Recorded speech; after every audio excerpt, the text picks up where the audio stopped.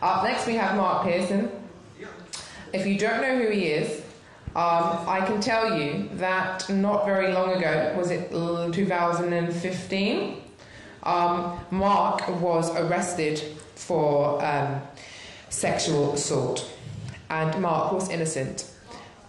Even though the evidence was flimsy at best and fraudulent at worst against him, he was still taken to court and his name was still dragged through the mud. So he's here to tell us about his experience and his campaign to bring justice to the CPS. And he would also like to tell you a little bit about how you can get involved in supporting him. So please give a hand and welcome Mark to the stage.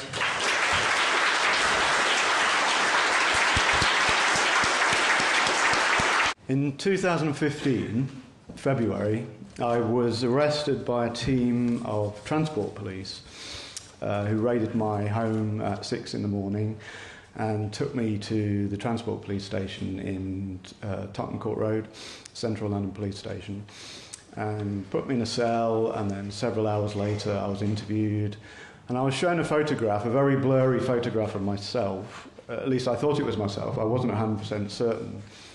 So I said, I think it's me, but I'm not sure.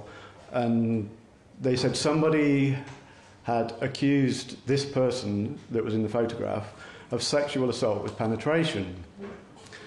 And this was on the concourse in Waterloo Station. And 4 months later, I was charged. At that time, I hadn't seen the CCTV because there was footage. And then the following February, I was put on trial. That was last year in February, and found not guilty. But during the trial, it came out that the police had altered the CCTV, which was originally footage, but they changed it into a sequence of images for the sole reason of stretching the time between each shot in 3 central images to make it look as though I had more time to penetrate this woman as I walked past. We got a CCTV expert to look at this footage, and he concluded that it took me half a second to walk past this woman, and yet she claimed that the sexual assault with penetration took 3 seconds plus a blow to her shoulder.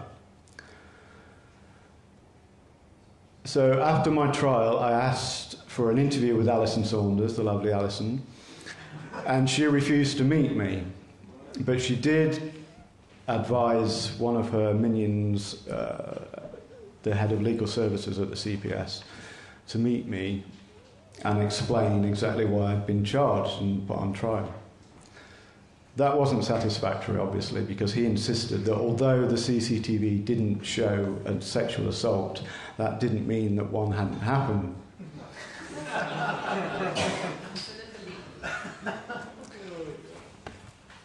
Just to let you know what the woman said in her AB, that's best evidence interview. I was wearing this coat, but I had opened it because it was hot on the tube. I was wearing a black top which goes down to my knees. I was wearing black trousers, Reebok leggings for yoga. I had my knickers on, so he must have pushed quite hard in there. I would have described this as somebody putting 3 fingers in. He just went straight up my skirt and into me. No trying to get at my knickers or anything like that. 2 or 3 seconds, I would have thought. It was so accurate that this isn't the first time. This was very practiced. How the hell would you practice that? She was asked, did you feel any pain? No. And then she described the person that did it, apparently. He seemed to be tall, taller than all the other commuters. He was very tall, about 6'2". I'm 5'9". I felt this enormous blow on my left shoulder. It took my breath away, and I yelled and yelled so hard that the commuters around me stopped, and people were looking after him. This is why I reported it, because it felt so violent. He'd already stuck his hands up me to hit me as well, seemed completely superfluous. It hasn't bruised me. It was so hard, I staggered and yelled, and people just stopped all around me. He must have shot off because he was legging it towards the ticket barriers.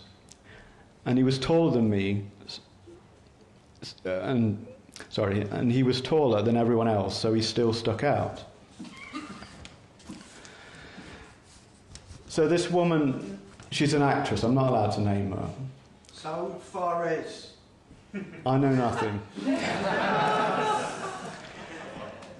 She's obviously either deluded or, as Paul Gambaccini says, disturbed. I'm now being represented by James Barnett, whose company Barnett Survivors is taking on this case, and he's started an IPCC complaint, and the first stage of that has just been upheld.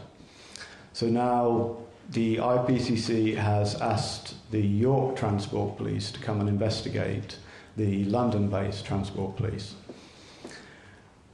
One of their officers, we know, withheld the early evidence witness statement from the first person that the actress spoke to.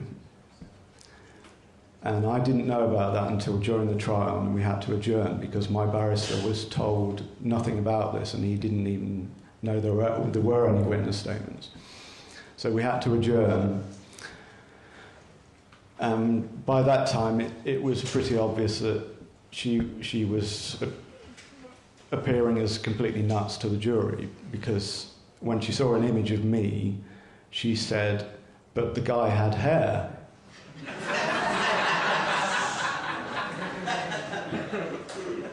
So at that point I thought, well, what the fuck am I doing here?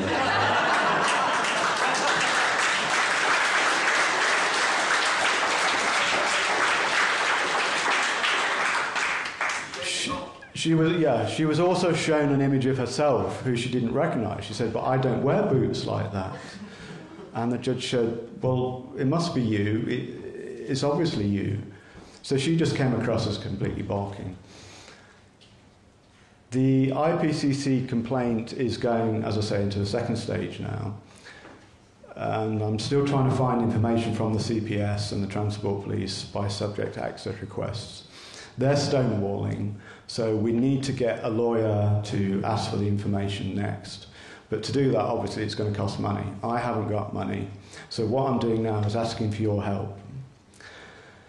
If you can all just chip in a very small amount, it doesn't have to be much, for 5 or 10 or whatever. If enough people chip in, I can take on the CPS and the Transport Police, because Alison Saunders needs to go.